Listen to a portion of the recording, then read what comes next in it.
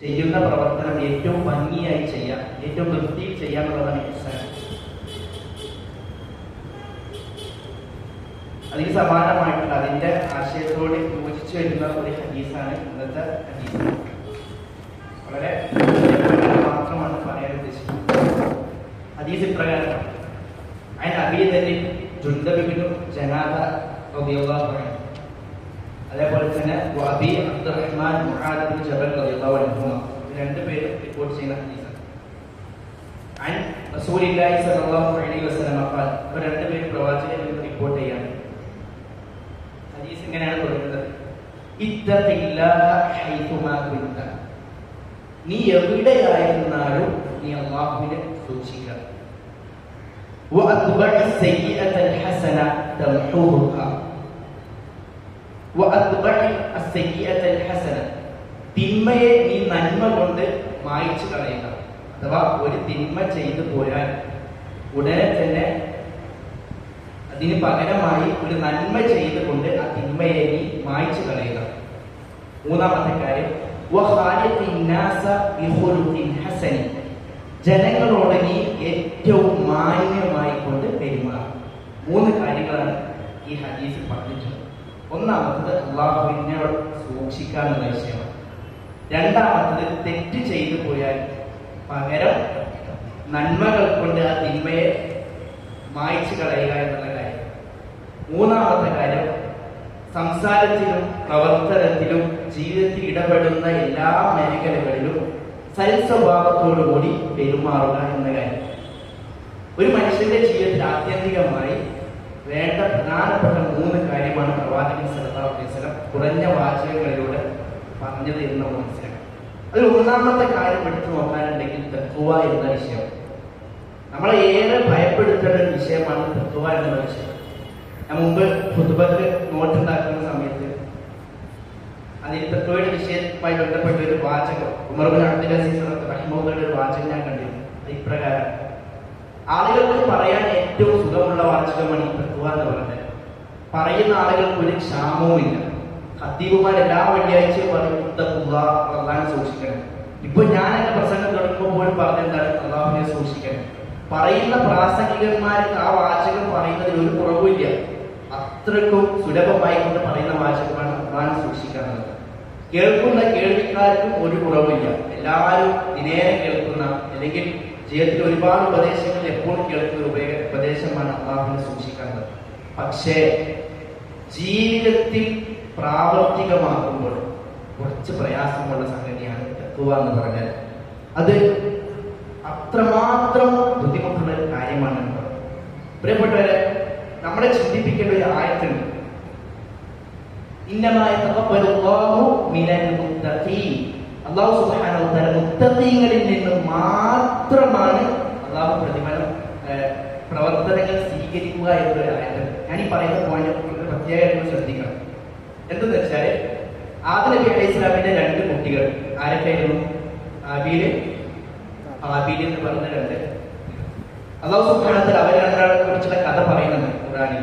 ഇത് ഖറബാ ഖുർബാൻ, അവർ രണ്ടുപേരോട് എന്ത് ചെയ്തു? ഒരു നേർച്ച ചെയ്യാൻ വേണ്ടി, ഒരു നേർച്ച നിറവേറ്റാൻ വേണ്ടി പറഞ്ഞു. എന്നിട്ട് അള്ളാഹ് പറയാണ്, ഈ തുപ്പിലെ അവരിൽ ഒരാളുടെ അള്ളാഹു സ്വീകരിച്ചു, മറ്റാളുടെ അള്ളാഹ് സ്വീകരിച്ചില്ല.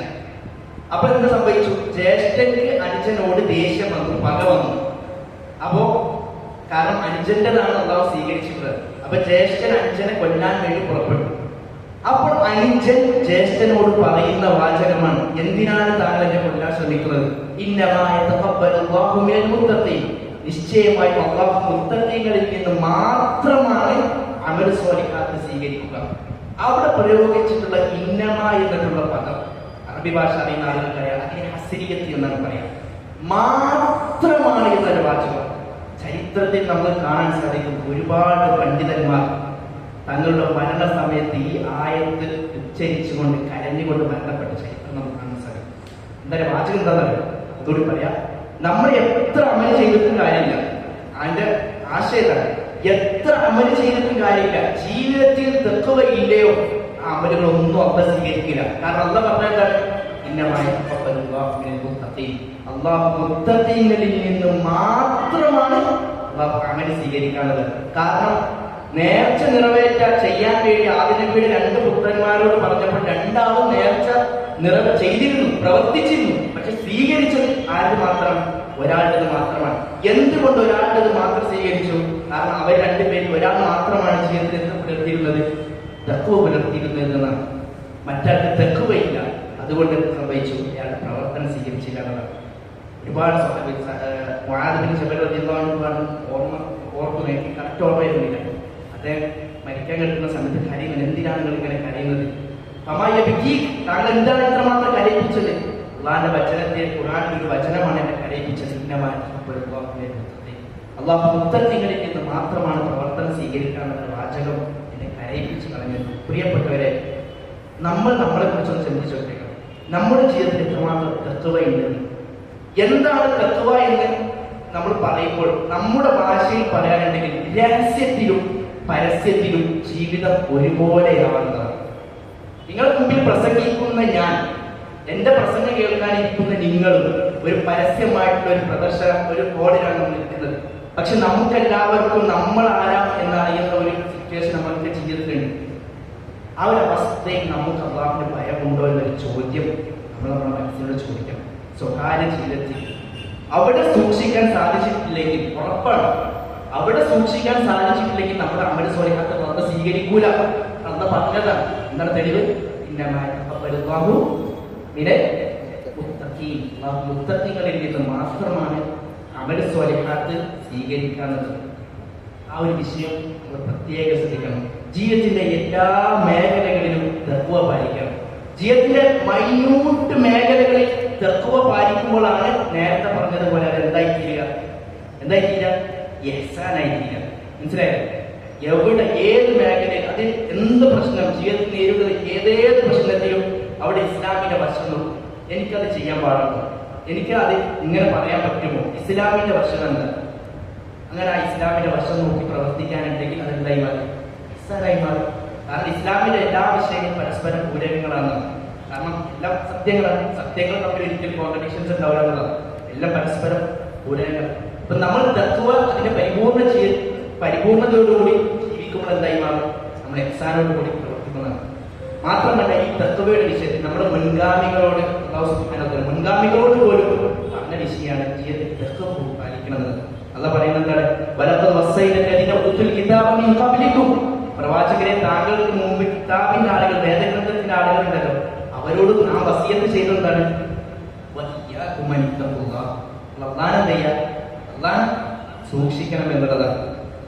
എന്താണ് തഖ്വ എന്ന് ചോദിച്ച സമയത്ത് പറയുന്നത്, സ്വഹാബിനോട് ചോദിച്ചു. ആ സ്വഹാബി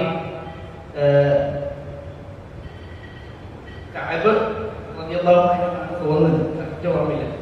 അദ്ദേഹത്തോട് ചോദിക്കുന്നത് എന്താണ് തഖ്വ എന്ന്. അദ്ദേഹം പറയാണ്, ഒരു കല്ലും മുള്ളും ഉള്ളൊരു പ്രതലത്തിലൂടെ നീ എങ്ങനെ നടക്കാം, അല്ലെങ്കിൽ അപകടകരമായിട്ടുള്ള വസ്തുക്കളുള്ള ഒരു മേഖലയിലൂടെ നീ എങ്ങനെ നടക്കാന്ന് ചോദിച്ചപ്പോൾ അദ്ദേഹം പറയുന്നത്, ചോദിച്ച ആൾ പറയുന്നത്, ഞാൻ എങ്ങനെ നടക്കാൻ, അവിടെ വളരെ സൂക്ഷ്മതയോടുകൂടി അതിന്റെ കാലിൽ തറക്കാതെ അതിന്റെ ഓരോ സ്ഥലങ്ങൾ ഇടവിട്ടുകൊണ്ട് ഞാൻ നടക്കുന്നത്. എന്നാൽ അത് തന്നെയാണ് തഖ്വ. ജീവിതത്തിന്റെ ഏതേത് മേഖലകളിലൂടെ നീ സഞ്ചരിക്കുന്നുവോ അവിടെ നീ റബ്ബിനെ സൂക്ഷിച്ചുകൊണ്ട് ജീവിക്കാം. അവിടെ അല്ലാഹുവിന്റെ അഹ്കാമുകളെ സ്വീകരിച്ചുകൊണ്ട് നോക്കിക്കൊണ്ട് നീ എന്ത് ചെയ്യാം? നിന്റെ ജീവിതം പുലർത്തുക. അതാണ് തഖ്വ എന്നത്. അതുകൊണ്ടാണ് ഒരു കവി പറയുന്നത്, തിന്മകൾ അത് ചെറുതാണോ വലുതാണോ അല്ല നീ നോക്കുന്നത്. അത് എത്ര ചെറുതായാലും എത്ര വലുതാണെങ്കിൽ അത് നീ ചെയ്യാതിരിക്കുക, ഒഴിവാക്കണം. അതാണ് തഖ്വ എന്നുള്ളത്. നീ സഞ്ചരിക്കുമ്പോൾ എങ്ങനെ സഞ്ചരിക്കണം? ഒരു മുള്ളും കല്ലുമുള്ള പ്രതലത്തിലൂടെ നീ നടക്കുന്നവനെ പോലെ നീ നടക്കാം. ഒരു തിന്മയെ പോലും നീ എന്താക്കരുത്, നിസ്സാരമായി കാണരുത്. കാരണം നമ്മൾ കാണുന്ന ഈ കൂറ്റൻ പർവ്വതങ്ങളൊക്കെ എന്തിൽ നിന്നുണ്ടായതാണ്? ചെറിയ ചെറിയ കല്ലുകൾ കൊണ്ടുണ്ടായതാണ് എന്ന് നീ മനസ്സിലാക്കണം. അപ്പോൾ തഖ്വ എന്ന് പറഞ്ഞ് ജീവിതത്തിൽ തിന്മകൾ വരാതെ റബ്ബിനെ സൂക്ഷിക്കുക എന്നുള്ളതാണ് നമ്മൾ മനസ്സിലാക്കുന്നത്. മഹാനായ ഉമർ ബിൻ അബ്ദുൽ അസീസ് റഹിമഹുള്ളയുടെ മറ്റൊരു വാചകം തഖ്വയെ കുറിച്ച് നമുക്ക് കാണാൻ സാധിക്കും. ലൈസ തഖ്വല്ലാഹി ബിസിയാമിന, പകല് മുഴുവൻ ഇങ്ങനെ നോമ്പനുഷ്ഠിക്കലല്ല തഖ്വ. അതേപോലെ തന്നെ വലാ ബിഖിയാമിൽ ലൈൽ, രാത്രിയിൽ നിന്ന് നമസ്കരിക്കലുമല്ല തഖ്വ. പക്ഷെ തഖ്വ എന്ന് പറഞ്ഞാൽ ഒരുപാട് അമൽസോലിഹാത്ത് ഇങ്ങനെ ചെയ്ത് കൂട്ടലല്ല തഖ്വ. നേരെ മറിച്ച് തഖ്വ എന്ന് പറഞ്ഞാൽ അല്ലാഹു നിഷിദ്ധമാക്കിയിട്ടുള്ള കാര്യങ്ങളെ ജീവിതത്തിൽ നിന്ന് പരിപൂർണമായി ഉപേക്ഷിക്കാന്നുള്ളതാണ് തഖ്വ. അതേപോലെ തന്നെ അല്ലാഹു നിർബന്ധമാക്കിയ കാര്യങ്ങളെ ജീവിതത്തിൽ പുലർത്തുക എന്നുള്ളതാണ് തഖ്വ. അപ്പൊ പ്രിയപ്പെട്ടവരെ, പ്രത്യേകിച്ച് രഹസ്യത്തിലും പരസ്യത്തിലുമുള്ള നമ്മുടെ ജീവിതം അല്ലാഹു സുബ്ഹാനഹു വ തആല ഏറ്റവും കൂടുതൽ നോക്കുന്നത് നമ്മുടെ രഹസ്യത്തിൽ നമ്മൾ എങ്ങനെയാണ് എന്നുള്ളത്. കാരണം അത് പറയുന്നുണ്ടല്ലോ, നിങ്ങളുടെ രൂപത്തിലും ഭാവത്തിലേക്ക് ഒക്കെ നോക്കുന്നത്. നേരെ മറിച്ച് നോക്കുന്നത് എങ്ങനെയാണ്? നിങ്ങളുടെ ഹൃദയങ്ങളിലേക്കാണ് നോക്കുന്നത്. ഹൃദയത്തിന്റെ സ്ഥാനം എന്താണ് എന്നാണ് നോക്കുന്നത്. അതുകൊണ്ട് പ്രിയപ്പെട്ട നമ്മുടെ രഹസ്യ ജീവിതം നമ്മൾ പരമാവധി നന്നാക്കി. ഒരു മനുഷ്യന്റെ രഹസ്യ ജീവിതം മാത്രം നന്നാക്കാനുണ്ടെങ്കിൽ പരസ്യത്തിന്റെ വിഷയം, പരസ്യമായിട്ടുള്ള മേഖല നമ്മൾ നോക്കേണ്ട ആവശ്യം അത് നന്നാക്കി തരും.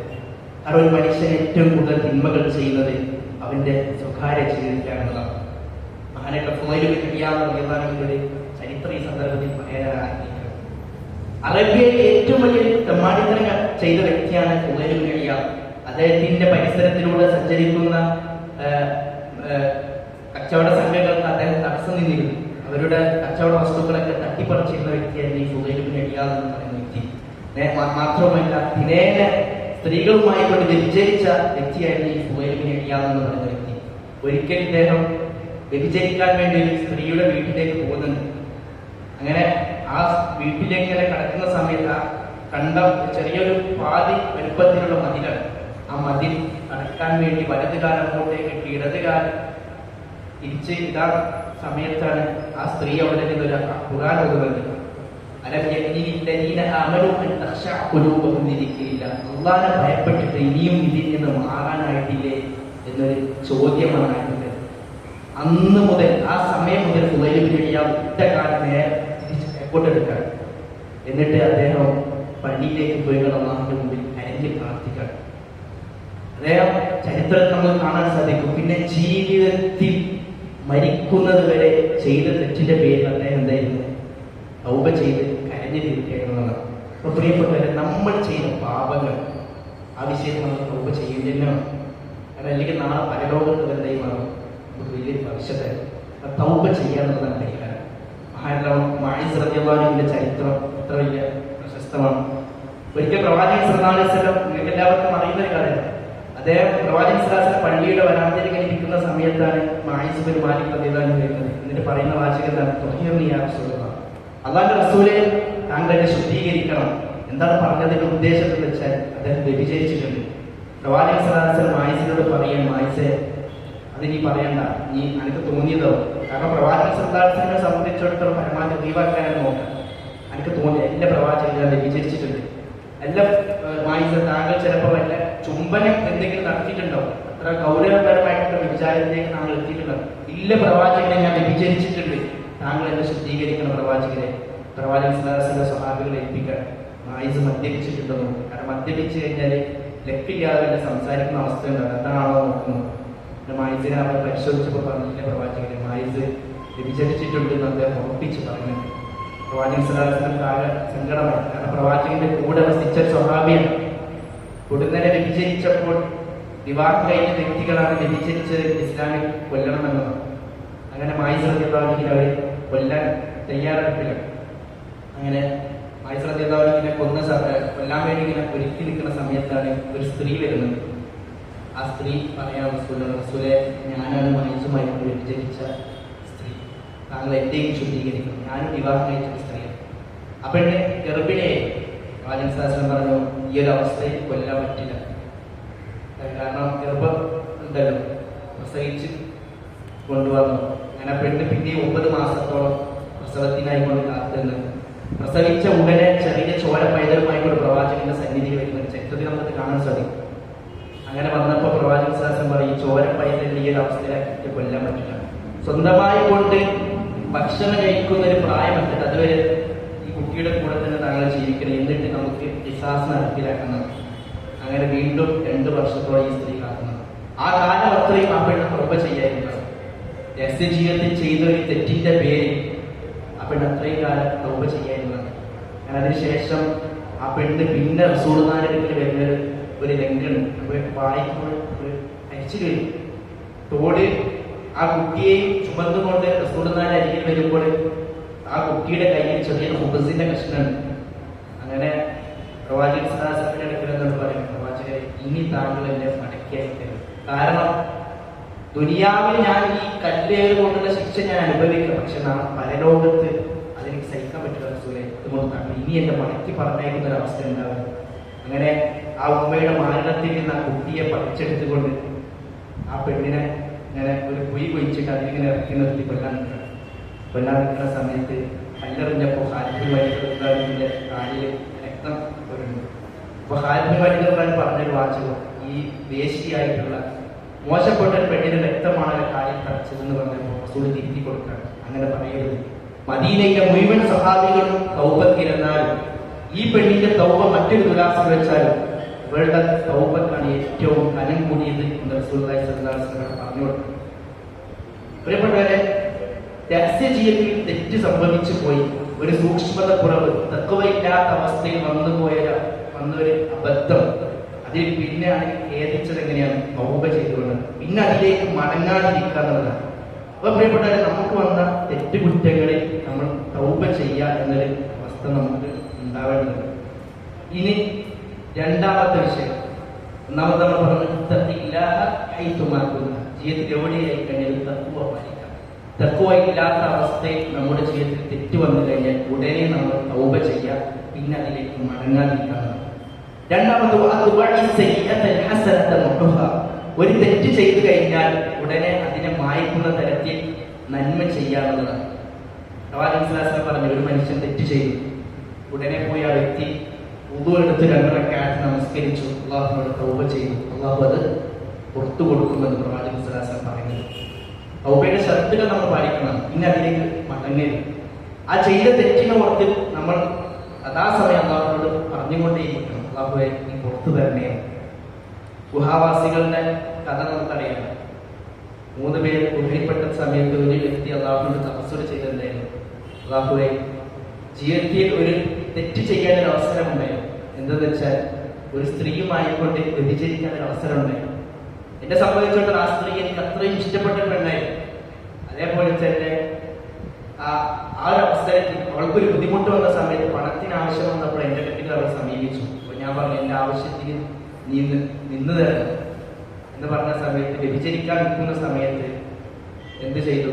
ആ പെണ്ണ് പറഞ്ഞൊരു വാചകം എന്താ പറഞ്ഞ, നീ അല്ലാഹുവിനെ സൂക്ഷിക്കണം, റബ്ബിനെ സൂക്ഷിക്കണം എന്ന ഒരു വാചകം കേട്ടപ്പോൾ ഞാൻ അതിൽ നിന്ന് പിന്മാറുകയാണ്. അതുകൊണ്ട് റബ്ബെ ആ ഒരു സംഭവം, അപ്പൊ ഞാനത് കേട്ട ഉടനെ തന്നെ ഞാൻ ആ തിന്മയിൽ നിന്ന് പിന്മാറിയെന്ന് ആ വ്യക്തി പറയുന്നത്. അതുകൊണ്ട് ഞാൻ ചെയ്ത ഈ ഒരു നന്മ അത് വെച്ചുകൊണ്ട് റബ്ബെ ഈ ഒരു പ്രതിസന്ധിയിൽ നിന്ന് നീ എന്താക്കണം, കരകയറ്റി തരണേ എന്ന് അദ്ദേഹം പറയാം. അപ്പൊ നമ്മുടെ ജീവിതത്തിൽ എന്തെങ്കിലും പ്രതിസന്ധി ഘട്ടങ്ങൾ വരുമ്പോൾ നമ്മൾ ചെയ്ത നന്മകൾ വെച്ചുകൊണ്ട് എന്താക്കണം, നമുക്ക് പ്രാർത്ഥിക്കാൻ സാധിക്കാവുന്നതാണ്. അതേപോലെ തന്നെ മൂന്നാമത്തെ വിഷയം, ജനങ്ങളോട് ഏറ്റവും മാന്യമായി കൊണ്ട് പെരുമാറും, സൽസ്വഭാവം കൊണ്ട് പെരുമാറുന്നതാണ്. സൽസ്വഭാവത്തെ കുറിച്ച് പ്രവാചകൻ സല്ലല്ലാഹു അലൈഹി വസല്ലം പറഞ്ഞു, സൽസ്വഭാവങ്ങളെ പൂർത്തീകരിക്കാൻ വേണ്ടിയാണ് ഞാൻ നിങ്ങളിലേക്ക് കടന്നു വന്നത്. ഈ ഹദീസിന്റെ കോണ്ടെക്സ്റ്റ് എന്ന് വെച്ചാൽ ജാഹിലിയത്തിൽ ഒരുപാട് നല്ല കാര്യങ്ങളുണ്ട്. അതെന്ന് വെച്ചാൽ അതിഥി സൽക്കാരം അവരുടെ നല്ല സൽസ്വഭാവത്തിൽപ്പെട്ടതായിരുന്നു. അതേപോലെ തന്നെ ധീരത അവരുടെ സൽസ്വഭാവത്തിൽപ്പെട്ടതായിരുന്നു. അതേപോലെ തന്നെ അവരുടെ ഉത്തരവാദിത്തത്തിൽ, അവരുടെ കവിതകൾ കാണാൻ സാധിക്കുന്നു, അവരുടെ ഉത്തരവാദിത്തത്തിൽ ഒരു സ്ത്രീയെ അല്ലെങ്കിൽ ഒരു ഏതെങ്കിലും വ്യക്തിയെ അമാനത്ത് ഏൽപ്പിക്കപ്പെട്ടാൽ അതിന്റെ ഉത്തരവാദിത്തപ്പെട്ട ആൾ വരുന്നത് വരെ ആ ഏൽപ്പിക്കപ്പെട്ട അമാനത്തിന് ഒരു കോട്ടും അവർ സംഭവിപ്പിക്കില്ല എന്നതാണ്. അഥവാ അയൽവാസിയായിട്ട് ഒരു മനുഷ്യൻ ഒരു യാത്ര പോകണം, ദീർഘമായിട്ടൊരു യാത്ര പോകണം. ആ അയൽവാസിയായിട്ടുള്ള ഒരു സ്ത്രീയെ അവരുടെ പക്കൽ ഏൽപ്പിച്ചു കഴിഞ്ഞാൽ അതിനകൾ കാണാൻ സാധിക്കും, ഞങ്ങളത് ഞങ്ങളുടെ സ്വത്ത് പോലെ നോക്കുന്നുണ്ട്, ഒരു നോട്ടം കൊണ്ട് പോലും ആ സ്ത്രീയെ പ്രയാസപ്പെടുത്തുക എന്നാണ്. അതൊരു സൽസ്വഭാവമാണ്. അതേപോലെ തന്നെ ഒരു വസ്തു ഏൽപ്പിച്ചു കഴിഞ്ഞാൽ, സത്യസന്ധതയോടുകൂടി ഏൽപ്പിച്ചു കഴിഞ്ഞാൽ അത് അതിന്റെ ഉടമസ്ഥൻ വരുന്നത് വരെ ഒരു കേടുപാടുകളും ഒരു വരുത്തില്ലെന്ന്. സംഭവം ജാഹിലിയത്തിന്റെ അറബികളാണ്, ഇന്മയുടെ അധപതിച്ച ജനങ്ങളാണ്. പക്ഷെ അവരിലും ചില സൽസ്വഭാവം ഉണ്ട് എന്ന് നമ്മൾ മനസ്സിലാക്കണം. അതേപോലെ തന്നെ കരാറ് പാലിച്ചു കഴിഞ്ഞാൽ, ഏതെങ്കിലും വിഷയത്തിൽ ഒരു കരാർ എത്തിക്കഴിഞ്ഞാൽ കരാറ് ലംഘിക്കുക എന്നുള്ളൊരു സ്വഭാവം അവർക്ക് ഉണ്ടായിട്ടില്ല. അത് അവർ അത്രയും മോശമായി കണ്ട സംഗതിയാണ്. അതേപോലെ എത്ര വലിയ കൊടും ശത്രുവാണെങ്കിൽ പോലും തന്റെ വീടിന്റെ പക്കൽ ഒരാൾ വന്നു കഴിഞ്ഞാൽ, വീടിനടുത്ത് വീട്ടിൽ അഭയം തേടി വന്നാൽ, അല്ലെങ്കിൽ വീട്ടിലേക്ക് ഒരു അതിഥിയായി വന്നാൽ പൊന്നുപോലെ സ്വീകരിക്കാം. അബൂജഹലിന്റെ ചരിത്രത്തിൽ തന്നെ നമുക്ക് കാണാൻ സാധിക്കും. റസൂലുള്ളാഹി സ്വല്ലല്ലാഹു അലൈഹി വസല്ലം അബൂജഹലിന്റെ അടുക്കൽ തരുന്നുണ്ട്, കാര്യമല്ലാതെ പറയാൻ വേണ്ടി തന്റെ വീട്ടിൽ. അപ്പൊ വീടിന് മുട്ടിയ സമയത്ത് അബൂജഹൽ കഥക് തുറക്കുന്നുണ്ട്. അപ്പൊ പ്രവാചകൻ പറഞ്ഞു, ശ്യാം, എനിക്ക് വീട്ടിൽ കിടന്ന് തുറക്കം വരുന്നില്ല, ഈ ലായിലായെന്ന് താങ്കളോട് പറയാം, താങ്കൾ അത് സ്വീകരിക്കണം എന്ന് പറഞ്ഞപ്പോ അബൂജഹൽ പറയുന്ന മറുപടി എന്താ മറുപടി? എന്റെ വീട്ടിൽ അതിഥിയായി വന്നത് കൊണ്ട് ഞാൻ എന്റെ ഭർത്താവ് വിടും. അതൊരു സ്വഭാവമാണ്, സൽസ്വഭാവമാണ്. അപ്പൊ ഇങ്ങനെയൊക്കെ ചില നന്മകൾ എന്ത് കേട്ടിട്ടുണ്ട്, ജാഹിലിയത്തിന്റെ അറബികൾക്ക് ഉണ്ടായിരുന്നത്.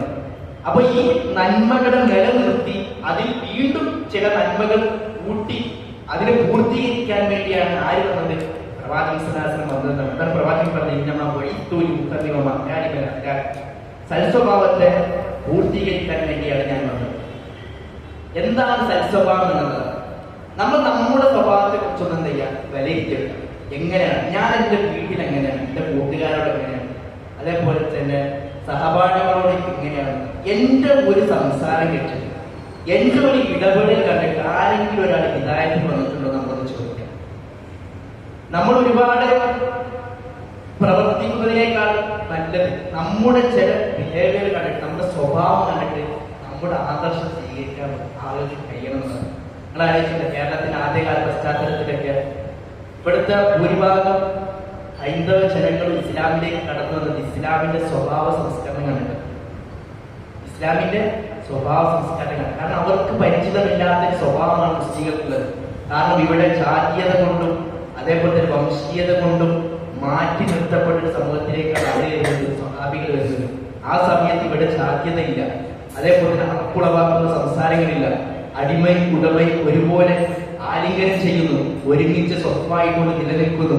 അവർ ഭക്ഷണം കഴിക്കുമ്പോൾ അവരുടെ അയൽവാസികൾക്ക് ഭക്ഷണം കൊടുക്കുന്നു, ഏറ്റവും മാന്യമായിക്കൊണ്ട് പെരുമാറുന്നു, സൽസ്വഭാവത്തോടു കൂടി പെരുമാറുന്നു. മുഖം കർപ്പിച്ചുകൊണ്ടുള്ള സംസാരമില്ല, കവിൽ കൂട്ടുന്ന സംസാരമില്ല, നടത്തത്തിൽ അഹങ്കാരമില്ല, അസൂയയില്ല, പൊങ്ങച്ചമില്ല, ഒരാൾ ഉപദ്രവിക്കലില്ല. ഈ ഒരു സ്വഭാവം ജീവിതം കൊണ്ട് അങ്ങോട്ട് കാണിച്ചു കൊടുത്തു. ആളുകൾ തനിയെ ഇസ്ലാമിലേക്ക് വന്നതാണ്. അപ്പൊ നമ്മൾ ഒരുപാട് സംസാരിക്കുന്നതിനേക്കാൾ നല്ലതെന്താണ്, നമ്മുടെ ജീവിതം കൊണ്ട് ചെയ്യാം നമ്മൾ കാണിച്ചു കൊടുക്കുക. വളരെ നിസ്സാരമായിട്ടുള്ള വിഷയത്തിന്റെ പേരിൽ പ്രശ്നങ്ങൾ ഉണ്ടാക്കുന്ന ഒരുപാട്, പ്രത്യേകിച്ച് മലയാളികളുടെ വിഷയത്തിൽ നമ്മൾ കാണാൻ സാധിക്കും. ഈ റോഡ് സൈഡിലുള്ള ചില കാട്ടിക്കൂട്ടലൊക്കെ വളരെ നിസ്സാരമായിട്ടുള്ള ചില റോഡിന്റെ വിഷയത്തിലൊക്കെ ആളുകൾ റോഡ് ബ്ലോക്ക് ആക്കിക്കൊണ്ടുള്ള ആ ഒരു ഇടപെടലും നമ്മൾ ശ്രദ്ധിക്കേണ്ട ചില മേഖലകൾ, നിസ്സാരമായിട്ടുള്ള കാര്യത്തിന് വേണ്ടി തർക്കിക്കലും അതൊക്കെ നമ്മൾ ഒഴിവാക്കുന്നത്. കാരണം അതൊന്നും സ്വഭാവത്തിൽപ്പെട്ടതല്ല. റസൂലുള്ളാഹി സ്വല്ലല്ലാഹു അലൈഹി വസല്ലമയുടെ സ്വഭാവത്തെ കുറിച്ച് ആയിഷ റളിയല്ലാഹു അൻഹ പറയുന്നത് എന്താ പറഞ്ഞത്? പ്രവാചകന്റെ സ്വഭാവം എന്നത് ഖുർആനാണ്.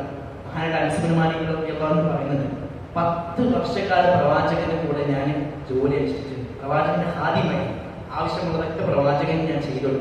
പക്ഷെ ജീവിതത്തിൽ ഇന്ന് വരെ റസൂലിന്റെ മുഖത്ത് നോക്കിയിട്ട് എന്തിനാണ് അനുസരിച്ച് അങ്ങനെ ചെയ്തത്, എന്തിനാണ് അനുസരിച്ച് ഇങ്ങനെ ചെയ്യാത്തത്, ഇന്ന് വരെ റസൂൽ പറഞ്ഞിട്ടില്ല. അത് പ്രവാചകന്റെ സ്വഭാവത്തിന്റെ ക്വാളിറ്റി. നമുക്ക് ആ സ്വഭാവം ഉണ്ടെന്ന്. മാതാപിതാക്കളോട് എങ്ങനെ പെരുമാറേണ്ടതെന്ന് വിശുദ്ധ ഖുർആൻ പറയുന്നുണ്ട്. ഇങ്ങനെ പറയുന്നത്, കാരുണ്യത്തിന്റെ ചിറകുകൾ നീ അവർക്ക് മുമ്പിൽ താഴ്ത്തി കൊടുക്കണം. നിങ്ങൾ അവരോട് ചേ എന്ന് പോലും നിങ്ങൾ അവരോട് പറയരുത്. നിങ്ങൾ അവരോട് ചേ എന്ന് പോലെ വളരെ നിസ്സാരമായിട്ടൊരു വാചകമാണ് ഈ ചേ എന്നൊരു വാചകം. എന്താണ് ചേ എന്ന് പറയുമ്പോൾ, നമ്മളെന്തെങ്കിലും നമുക്ക് ഇഷ്ടപ്പെടാത്തൊരു വാചകം പറയുമ്പോൾ ശരീരത്തിന്റെ ഒരു ഗോഷ്ഠിയാണ് ചെയ്യേണ്ടിയില്ലായിരുന്നു, അത്രയാണല്ലോ അർത്ഥം. അത് വേണ്ടിയില്ലായിരുന്നു എന്ന് നമുക്ക് മലയാളത്തിൽ ഒന്നും കൂടി നമുക്ക് ലളിതമാക്കി പറയാം. വേണ്ടിയില്ലായിരുന്നു, ചെയ്യേണ്ടിയില്ലായിരുന്നു എന്നൊരു വാചകം അതുപോലും നിങ്ങൾ നിങ്ങളുടെ മാതാപിതാക്കളോട് പറയരുതെന്നാണ്. പക്ഷേ ഞാൻ ഉറപ്പിച്ച് പറയാൻ പറ്റും, നമ്മുടെ ജീവിതത്തിൽ നമ്മൾ ഏറ്റവും കൂടുതൽ ദേഷ്യപ്പിടിച്ചതാണ് നമ്മുടെ ഉമ്മയോട് ഉപ്പയുടെ, പ്രത്യേകിച്ച് നമ്മുടെ ഉമ്മയോടെ ഉണ്ടാവാൻ പാടില്ല. ശുദ്ധകുളം അത്രയും കണിശമായിക്കൊണ്ട് വിരോധിക്കുന്ന സംഭവമാണ്. മാതാപിതാക്കളോട് ദേഷ്യം പിടിക്കരുത്, അവരോട് ഏറ്റവും മാന്യമായിക്കൊണ്ട് പെരുമാറുന്നത്. പ്രത്യേകിച്ച് നമ്മൾ ഏറ്റവും മാന്യമായി നമ്മൾ പെരുമാറേണ്ടത് നമ്മുടെ മാതാപിതാക്കളോട്. അപ്പോ പ്രവാചകൻ ശാസ്ത്രം പറയുന്നത് എന്താണ് ഈ സൽസ്വഭാവം എന്നത് പറയുന്നത്? എല്ലാ നന്മയും, നമ്മൾ ചെയ്യുന്ന എല്ലാ നന്മയും എന്താണ്? സൽസ്വഭാവമാണ്. അതിൽ പ്രൊഫഷണൽ നന്മ എന്ന് പറഞ്ഞാൽ അതെന്താണ്? സൽസ്വഭാവമാണ്. വലിയ പാപം എന്ന് പറഞ്ഞാൽ നിന്റെ ഹൃദയത്തിൽ ഇങ്ങനെ ചോദിച്ചിട്ടുണ്ടാകും. ജനങ്ങൾ അറിയാതെ നീ വെറുപ്പ് ചെയ്യും. അതാണ് പാപം. പാപം ചെയ്തു കഴിഞ്ഞാൽ നീ ഹൃദയത്തിലെയും ഒരു ചൊറിച്ചിലുണ്ടാകും. സൽസ്വഭാവത്തെ കുറിച്ച് പ്രവാചകൻ പറഞ്ഞതാണ് നമ്മൾ ചെയ്യുന്ന എല്ലാ നന്മകളും എന്താണ്? സൽസ്വഭാവം എന്ന് പ്രവാചകൻ ശാസ്ത്രം പറയുന്നത്. ഇനി സൽസ്വഭാവം ഉണ്ടായിക്കഴിഞ്ഞാൽ ആ വ്യക്തിക്ക് ഉണ്ടാകുന്ന ചില ശ്രേഷ്ഠതകളുണ്ട്. ഇതുകൂടി പറഞ്ഞ് നമുക്ക് ക്ലാസ് അവസാനിപ്പിക്കാം. ഒന്നാമത്തത്, അവൻ എല്ലാ നന്മയും ഉണ്ടാകും. ഒരു മനുഷ്യന്റെ ജീവിതത്തിൽ അവന്റെ സ്വഭാവം നല്ലതാണെങ്കിൽ എന്തുണ്ടാവും? എല്ലാ നന്മയും ഉണ്ടാകുന്നതാണ്. കാരണം പ്രവാചക ശാസ്ത്രം പറഞ്ഞു, ഇന്ന മിൻ ഖിയാരിക്കും അഹ്സനുക്കും അഖ്ലാഖ. നിങ്ങൾ ഏറ്റവും ഉന്നതർ ആരാണ്? ഏറ്റവും സൽസ്വഭാവം കാണിക്കുന്ന ആളുകളാണ്. മഹാനായിട്ടുള്ള അശ്അജ് ഇബ്നു അബ്ദുൽ ഖൈസ് റളിയല്ലാഹു അൻഹുവിന്റെ ഒരു സംഭവം പറയുന്നു. നമ്മുടെ ജീവിതത്തിൽ ഒരു പാഠം. റസൂലുള്ളാഹി സ്വല്ലല്ലാഹു അലൈഹി വസല്ലമയെ കാണാൻ വേണ്ടി ഒരു സംഘം ഇങ്ങനെ വന്ന സമയത്ത്, അഥവാ ഞാൻ ഒരു സ്വഭാവത്തിലേക്ക് മൈന്യൂട്ട് വശമാണ് പറയുന്നത്. റസൂലുള്ളാഹി സ്വല്ലല്ലാഹു അലൈഹി വസല്ലമയെ കാണാൻ വേണ്ടി ഒരു സംഘം ഇങ്ങനെ വന്ന സമയത്ത് എല്ലാവരും റസൂലുള്ളാഹാണ്, അഷ്റഫുൽ ഖൽഖാണ്, മനുഷ്യന്മാരുടെ ഏറ്റവും ശ്രേഷ്ഠനാണ്. അപ്പൊ അവർക്ക് ഉണ്ടാകുന്ന ഒരു സന്തോഷം ആഹ്ലാദമൊക്കെ ഉണ്ടാവും. അവരവരുടെ വാഹനങ്ങളൊക്കെ അവർക്ക് ഓടി വന്ന് റസൂലുള്ളാഹിനെ കെട്ടിപ്പിടിക്കലും സലാഞ്ചലിലൊക്കെ ആയപ്പോൾ ഈ അശ്അജ് ഇബ്നു അബ്ദുൽ ഖൈസ് എന്ന് പറയുന്ന വ്യക്തി, അദ്ദേഹം ആദ്യമായിട്ടാണ് റസൂലുള്ളാഹിനെ കാണാൻ അദ്ദേഹവും വരുന്നത്. അദ്ദേഹം മുഅ്മിനായിട്ടുള്ള സ്വഹാബിയാണ്. അദ്ദേഹം എന്ത് ചെയ്തു? എന്റെ വാഹനം ഒരു ഭാഗത്ത് ഇങ്ങനെ വെച്ചു, കെട്ടിയിട്ടു, വാഹനം ഒതുക്കി, നല്ലപോലെ ഡ്രസ്സൊക്കെ മുടിയൊക്കെ ചീകി സാവധാനം റസൂലുള്ളാഹിനെ കൊണ്ടുവന്നുകൊണ്ട് സലാഞ്ചലി. ആ സമയത്ത് ഈ ആളുകളൊക്കെ ഉണ്ടായി സ്പീഡിൽ വേഗത്തിൽ റസൂലുള്ളാഹിയുടെ നമ്മുടെ മനസ്സിലുണ്ടാവുന്ന സാധാരണ പ്രവർത്തനം. പക്ഷെ ആ വ്യക്തിയെ മുഖത്ത് നോക്കിക്കൊണ്ട് റസൂലുള്ളാഹി സ്വല്ലല്ലാഹു അലൈഹി വസല്ലം പറഞ്ഞു, അശ്അജ് ഇബ്നു അബ്ദുൽ ഖൈസ്, ഇന്ന ഫീക ലഹസ്നതൈൻ യുഹിബ്ബുഹുമുല്ലാഹു വറസൂലുഹു. അല്ലാഹുവും അവന്റെ റസൂലും ഇഷ്ടപ്പെടുന്ന രണ്ട് സ്വഭാവം താങ്കളിലുണ്ട്. എന്താണ്? അൽ ഹിൽമു വൽ അനാർ. അൽ ഹിൽമു വൽ അനാർ എന്താണ്? വിവേകവും അതേപോലെ തന്നെ സാവകാശം. നമ്മള് മലയാളത്തില് ബത്തപ്പാട് എന്നൊക്കെ പറയും. നമ്മളെന്തെങ്കിലും ചെയ്യുമ്പോൾ ഒരു വ്യാചാരത്തിൽ കൊണ്ടുള്ള പരിപാടി അല്ലേ? അപ്പൊ റസൂലുള്ളാഹിക്ക് ഇഷ്ടപ്പെട്ട പരിപാടി എല്ലാം സാവധാനം ചെയ്യാവുന്നതാണ്. അതേപോലെ പ്രവാചകൻ പറഞ്ഞു, അൽഅജലതു മിനശ് ശൈത്താൻ. ധൃതി കൂട്ടാറുള്ള ശൈത്താന്റെ പരിപാടിയാണ്. ഒരുപാട് അപകടങ്ങൾ വിളിച്ചു വരുന്ന പരിപാടിയാണ് ധൃതി കൂട്ടാറുള്ളത്. ചെയ്യുമ്പോൾ ഏറ്റവും നല്ല രീതിയിൽ സാവധാനത്തോടുകൂടി ചെയ്യണം. മനസ്സിലാക്കുന്ന ഒരു കാര്യം വെച്ചാല്, ആധുനിക സൈക്കോളജി എന്തുണ്ട്? ഒരുപാട് സംഗതികൾ മനുഷ്യന്റെ വളർച്ചയ്ക്ക് അല്ലെങ്കിൽ മാനസിക പരിപോഷണത്തിന് ഒരുപാട് കാര്യങ്ങൾ പറയുന്നുണ്ട്. പക്ഷെ ഖേദകരം എന്ന് പറയട്ടെ, അതിനെയൊക്കെ കവച്ചു വെക്കുന്ന മൈന്യൂട്ടായിട്ടുള്ള നന്മകൾ കൂടി ഇസ്ലാം പറഞ്ഞിട്ടുണ്ട്. പക്ഷെ നമ്മളെ സംബന്ധിച്ചിടത്തോളം നമ്മൾ അതിലൊന്നും പ്രാധാന്യം കൊടുക്കില്ല. നമ്മുടെ ജീവിതത്തിൽ പാലിക്കേണ്ട മൈന്യൂട്ട് സംഭവങ്ങൾ പോലും റസൂലുള്ളാഹി സ്വല്ലല്ലാഹു അലൈഹി വസല്ലമയുടെ ജീവിതത്തിലുണ്ട്. നമ്മൾ അതിനാണ് പ്രാധാന്യം കൊടുക്കുന്നത്. അത് നമ്മുടെ ജീവിതത്തിൽ നമ്മൾ എന്ത് ചെയ്യാം? ഒരു മനുഷ്യൻ ഇസ്ലാം പറയുന്ന രീതിയിൽ മാത്രം ഒരു വ്യക്തിയുടെ സ്വഭാവ സംസ്കാരം രൂപപ്പെടുത്തിയാൽ തന്നെ അവന്റെ ജീവിതത്തിൽ സമാധാനവും അതേപോലെ തന്നെ നല്ലൊരു രീതിയിൽ ജീവിതം സാധ്യമാകും. രണ്ടാമത്തെ സംഭവം സൽസ്വഭാവം ഉണ്ടായിക്കഴിഞ്ഞാൽ അത് ഈമാനിന്റെ പരിപൂർണതയാണ്. പ്രവാചകൻ സ്വല്ലല്ലാഹു അലൈഹി വസല്ലം പറഞ്ഞു, അക്മലുൽ മുഅ്മിനീന ഈമാന. മുഅ്മിനീങ്ങളിൽ ഏറ്റവും പരിപൂർണമായിട്ടുള്ള ഈമാനുള്ള ആരാണ്? അഹ്സനുഹും ഖുലുഖ. ഏറ്റവും നല്ല സ്വഭാവം ഉള്ള ആളുകളാണ്. വഖിയാറുക്കും ഖിയാറുക്കും ലിനിസാഇഹി. നിങ്ങൾ ഏറ്റവും നല്ല മാന്യതയുള്ള ആളുകൾ, ഏറ്റവും നല്ല ആളുകൾ എന്ന് പറഞ്ഞാൽ അവരുടെ സ്ത്രീകളോട് ഏറ്റവും മാന്യമായി പെരുമാറാനാണ്. സ്ത്രീകളോട് ഏറ്റവും മാന്യമായി പെരുമാറാൻ പ്രത്യേകം ശ്രദ്ധിക്കേണ്ട വിഷയമാണ്. ഭാര്യമാരോട് അതേപോലെ തന്നെ നമ്മുടെ പെങ്ങന്മാരോടൊക്കെ പെരുമാറും. പ്രത്യേകം പറയാൻ കൂടി ഒരു കാര്യം, സ്ത്രീകളുടെ സ്വഭാവം കുറ്റമല്ല, അങ്ങനെയല്ല. അതായത് നമുക്ക് നമ്മുടെ ഉമ്മമാരോട് സംസാരിക്കുമ്പോൾ നമ്മുടെ പെങ്ങന്മാരോട് പറയുന്നത് എപ്പോഴും ഒരു കച്ചറ മൈൻഡാണ് നമുക്കുണ്ടാകും. പലപ്പോഴും അവർ ഉൾക്കൊള്ളാൻ വേണ്ടി സാധിക്കുക. സ്ത്രീകളെ സംബന്ധിച്ചിടത്തോളം നമ്മൾ മനസ്സിലാക്കുന്നത് വെച്ചാൽ അവരുടെ സംഗതികൾക്ക് ഒരുപാട് കേൾക്കാന്നുള്ളതാണ്. റസൂലുള്ളാഹി സ്വല്ലല്ലാഹു അലൈഹി വസല്ലമയുടെ സ്വഭാവത്തിൽ നമ്മൾ കാണുന്ന സ്ഥലം പ്രവാചകൻ സ്വല്ലല്ലാഹു അലൈഹി വസല്ലം ആയിഷ റളിയല്ലാഹു പറയുന്നത് കൃത്യമായി കൊണ്ട് കേൾക്കും. ഒരിക്കലും അവരൊരിക്കലും പ്രശ്നത്തിന് പരിഹാരമല്ല ആഗ്രഹിക്കുന്നത്. പ്രശ്നത്തിന് പരിഹാരമല്ല ആഗ്രഹിക്കുന്നത്, അവരെ പരിഗണിക്കാമെന്ന സംഗതിയാണ്. റസൂലുള്ളാഹി സ്വല്ലല്ലാഹു അലൈഹി വസല്ലമയുടെ മുമ്പിൽ വെച്ചിട്ടാണ് ആയിഷ റളിയല്ലാഹു അൻഹ ആ പാത്രം ഒഴിക്കുന്ന സംഭവം. പ്രവാചകൻ അതിന് മറുപടി കൊടുത്തില്ല. മറുപടി കൊടുത്തില്ല, കാരണം അവിടെ മറുപടി കൊടുത്തു കഴിഞ്ഞാൽ അടുത്തൊരു 10 തവണ നടക്കും. നബി മറുപടി കൊടുത്തില്ല. നബി ഉണ്ടാതിരുന്ന പാത്രം ഇങ്ങനെ എടുത്ത് ആ ഭക്ഷണത്തിൽ ബാക്കി അങ്ങനെ നബി ഇങ്ങനെ ആ ഒരു ആറ്റിറ്റ്യൂഡ് കാണിച്ചപ്പോൾ തന്നെ ആശാദിവാനെ സങ്കടമില്ല. ആശാദിവാൻ അപ്പം തന്നെ ഉടനെ തന്നെ മാപ്പ് ചോദിക്കുന്നുണ്ട്, റസൂലേ എനിക്ക് നിങ്ങൾ പുറത്ത് പുറത്തുണ്ടാകാൻ മറുപടി എന്താണ്, അനക്കല്ലാതെ ഞാൻ വേറെ ആർക്കെ പുറത്തു കൊടുക്കുന്നത്. അപ്പൊ നമ്മൾ നമ്മുടെ സ്ത്രീകളോട് ഏറ്റവും മാന്യമായി പെരുമാറും. പ്രവാചകന്റെ ഭക്തിമാരെ പറയുന്നത് റസൂൽ ഇന്നവരെ നബിന്റെ ഒരു ഭാര്യയെ പോയി നബി തല്ലിയിട്ടില്ല, ഒരു മോശമായിട്ട് വാക്കുകൾ കൊണ്ടുപോലും പ്രവാചക സ്വലാസം എന്താക്കിയിട്ടില്ല, സ്ത്രീകളോട് അഭിസംബോധന ചെയ്തിട്ടില്ല പ്രവാചക സ്വലാസം പറയാം. അപ്പം സ്ത്രീകളുടെ വിഷയത്തിൽ നമ്മൾ പ്രത്യേകം ശ്രദ്ധിക്കണം, ഏറ്റവും മാന്യമായിക്കൊണ്ട് അവരോട് പെരുമാറുന്നതാണ്. മൂന്നാമത്തെ വിഷയം, സൽസ്വഭാവം നമ്മുടെ ജീവിതത്തിൽ അള്ളാഹുവിന്റെ ഇഷ്ടമാണ് കരസ്ഥമാണ്. അള്ളാഹു അള്ളാഹ്ക്ക് ഏറ്റവും ഇഷ്ടപ്പെട്ട ആളുകളാണ് സ്വഭാവം നന്നാക്കുന്ന ആളുകൾ. നമ്മൾ നമ്മുടെ സ്വഭാവങ്ങളെ വിലയിരുത്തുക. ഇന്ന് ഞാൻ ഓനോട് സംസാരിച്ചപ്പോൾ, എനിക്ക് ഓളോട് സംസാരിച്ചപ്പോൾ എന്തെങ്കിലും പ്രശ്നങ്ങളുണ്ട്, എന്റെ ഏതെങ്കിലും വാക്ക് ഓനെ അല്ലെങ്കിൽ ഓളെ പ്രയാസപ്പെട്ടു, നമ്മളിങ്ങനെ വിലയിരുത്തുക. നിങ്ങൾ അവിടെ വിചാരണ ചെയ്യണ മുമ്പ് നിങ്ങൾ നിങ്ങളെ തന്നെ വിചാരണ ചെയ്യാം. നമ്മൾ സ്വയം ഒന്നെന്ത് ചെയ്യാം, വിചാരണ ചെയ്യാം. എന്റെ സ്വഭാവത്തിന് എവിടെയൊക്കെ പാളിച്ചകളുണ്ട്, എന്റെ നമ്മൾ അധിക ജനങ്ങളും ശാസ്ത്രം പറഞ്ഞതാണ്, അധിക ജനങ്ങൾ നരകത്തിൽ പോകുന്നത് 2 കാരണങ്ങൾ കൊണ്ട്. ഒന്നാമത്തെ ലൈംഗിക അവയവം, രണ്ടാമത് അവന്റെ നാവ് എന്നുള്ളതാണ്. അപ്പൊ നാവ് നരകത്തിൽ പോകാവുന്ന ഏറ്റവും വലിയ കാര്യം. നമ്മൾ നാവിനെ പിടിച്ചു കേട്ടാൽ സംസാരിക്കാണെങ്കിൽ നല്ല സംസാരിക്കും. മറ്റുള്ളവരുടെ അഭിമാനത്തിന് ക്ഷതം വരുന്ന ഒരു പ്രവർത്തനം നമ്മൾ മനസ്സിലാക്കുന്ന ഒരു കാര്യം. ഇസ്ലാം ഏറ്റവും പ്രാധാന്യം കൊടുത്തൊരു സംഗതിയാണ് അഭിമാനം. അത് ഒരു നിലക്കും നമ്മളെ തട്ടുന്നത് കളങ്കം വരുത്തുന്ന അവസ്ഥ ഉണ്ടാകും. ഇബ്നു ഉമർ കാബയെ നോക്കിക്കൊണ്ടാണല്ലോ പറയുന്നത്, ഇന്ന ആപ്പം എത്ര മഹത്വമുണ്ട് കാബയിൽ. പക്ഷേ ഈ മനസ്സിലാക്കുന്ന ഒരു കാര്യം, ഈ കാബയേക്കാളും പവിത്രത ഒരു മുഅ്മിനിന്റെ അഭിമാനത്തിനുണ്ടെന്നാണ്. അഥവാ ഒന്നുകൂടി പറയണമെങ്കിൽ ആ കാബ തകർക്കപ്പെട്ടാലും ഒരു മുഅ്മിനിന്റെ അഭിമാനത്തിന് ക്ഷതം വരുത്തുന്നത്. ഹജ്ജത്തുൽ വദാഇ പ്രവാചകൻ സ്വല്ലല്ലാഹു അലൈഹി വസല്ലം പ്രസംഗിച്ച പ്രസംഗത്തിൽ കണ്ടാണ്, ഇന്ന അംവാലക്കും വഅറാദക്കും, നിങ്ങളുടെ സമ്പത്ത്, നിങ്ങളുടെ അഭിമാനം ഈ പരിശുദ്ധമായിട്ടുള്ള ഈ മാസത്തേക്കാൾ പവിത്രത, അല്ലെങ്കിൽ അതിനോട് തുല്യതയുള്ളത്. ആ ഒരു അള്ള കൊടുത്തൊരു വാല്യൂണ് ആ പവിത്രത എന്നത്. അത് നമ്മൾ നിസ്സാരമായിട്ടുള്ള വിഷയത്തിൽ പോയി നമ്മൾ നമ്മുടെ സഹോദരൻ പ്രയാസപ്പെടുത്താൻ പാടില്ല, അത് ഹറാമാണ്.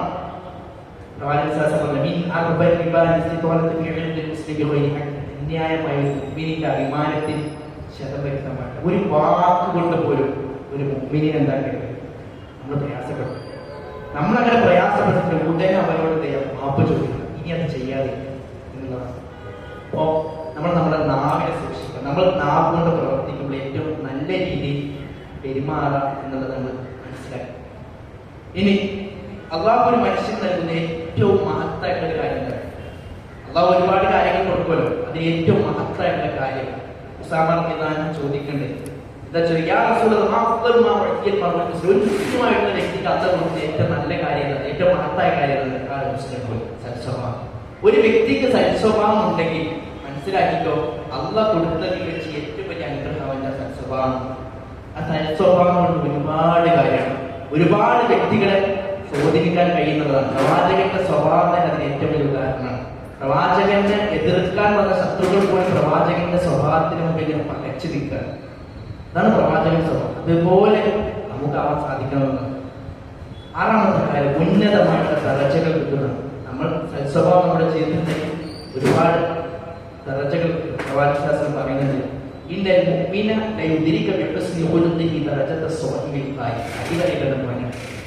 നമ്മൾ പകൽ മുഴുവനും നോമ്പനുഷ്ഠിക്കുന്നതിനേക്കാൾ കൂടുതൽ അള്ളാഹുവിന്റെ അടുക്കൽ ദറജകൾ കിട്ടുന്നത് ഏതാണ്?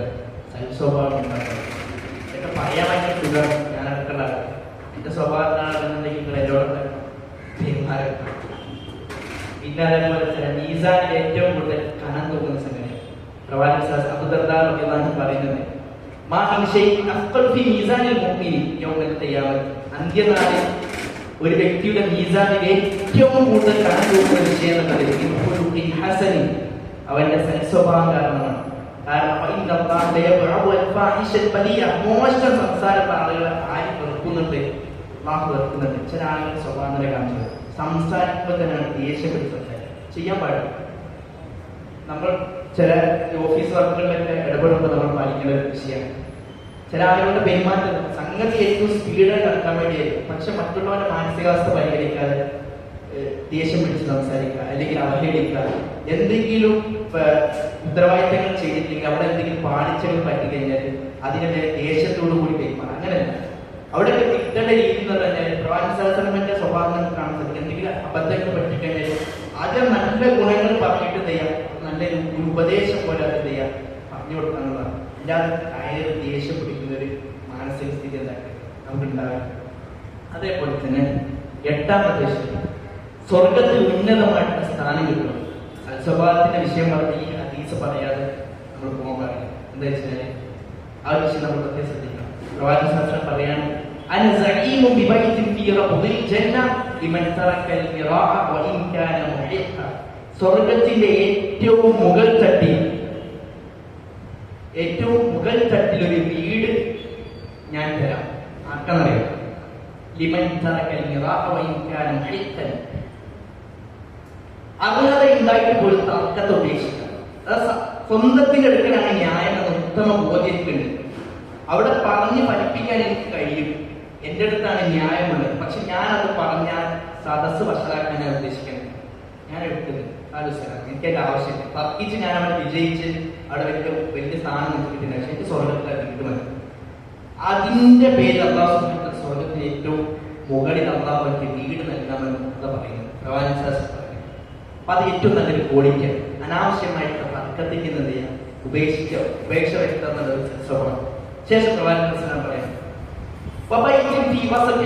സ്വർഗത്തിന്റെ മധ്യത്തിൽ ഒരു വീട് കിട്ടും. ജനങ്ങളെ ചിരിപ്പിക്കാൻ വേണ്ടിയാണെങ്കിൽ പോലും കളവിനെ ഉപേക്ഷിക്കുന്നത്, തമാശക്ക് കളവ് പറയുന്ന ഒരു സ്വഭാവം അത് ഉപേക്ഷിക്കാനുണ്ടെങ്കിൽ സ്വർഗത്തിന്റെ മധ്യത്തിൽ അവർക്ക് ഒരു വീട് തന്നതാണ്. ഞാൻ നേരത്തെ ഫസ്റ്റ് പറഞ്ഞത് മഹുദിൽ ജന്ന എന്ന് പറഞ്ഞല്ലോ, സ്വർഗത്തിന്റെ മുകൾ തട്ടിൽ എന്നാണ് പറഞ്ഞത്. ഇരുത്തണം, സ്വർഗത്തിന്റെ അടിത്തട്ടിലാണ് ആർക്ക് തർക്കം ഉപേക്ഷിക്കുന്ന ആളുകൾക്ക് വീടുണ്ടാവുന്ന മനസ്സിലാക്കാം. പിന്നെ അതേപോലെ തന്നെ കളവ് ഉപേക്ഷിക്കുന്നവർക്ക് നടുവിലാണ് വീട്. ഇനി സ്വർഗത്തിന്റെ ഏറ്റവും മുകൾ തട്ടി വീടുണ്ടാവും ആർക്ക്? സ്വഭാവം നന്നാക്കുന്നത്. അപ്പൊ സ്വർഗത്തിന്റെ ഏറ്റവും മുകൾ തട്ടിൽ വീട് ആർക്കണം? സ്വഭാവം നന്നാക്കുന്നത്. സ്വർഗത്തിന്റെ മധ്യത്തിൽ ആർക്കാണ് വീടുള്ളത്? തമാശക്ക് പോലും കളവ് ഉപേക്ഷിക്കുന്നത്. സ്വർഗത്തിന്റെ ഏറ്റവും അടിത്തട്ടിൽ വീടുള്ളത് ആർക്കാണ്? ന്യായം ഉണ്ടായിട്ട് പോലും തർക്കം ഉപേക്ഷിക്കുന്നത്. ഈ 3 കാര്യങ്ങളും സൽസ്വഭാവത്തിൽപ്പെട്ടതാണെന്ന് നമ്മൾ മനസ്സിലാക്കാം. ഏറ്റവും ബേസിക്കലായിട്ട് നമ്മൾ മനസ്സിലാക്കേണ്ടത് എന്താണ് സൽസ്വഭാവം എന്ന് വെച്ച് കഴിഞ്ഞാൽ, നമ്മൾ ചെയ്യുന്ന എല്ലാ നല്ല കാര്യങ്ങളും എന്താണ്? സൽസ്വഭാവം. പ്രവാചകൻ പറഞ്ഞ അൽബിറു ഹുസ്നുൽ ഖുൽഖ്. നമ്മൾ ചെയ്യുന്ന നന്മ എന്ന് പറഞ്ഞാൽ അത് സൽസ്വഭാവമാണ്. അപ്പൊ സൽസ്വഭാവം എന്നത് നന്മയിൽപ്പെട്ടതാണ് എന്ന് നമ്മൾ മനസ്സിലാക്കാം.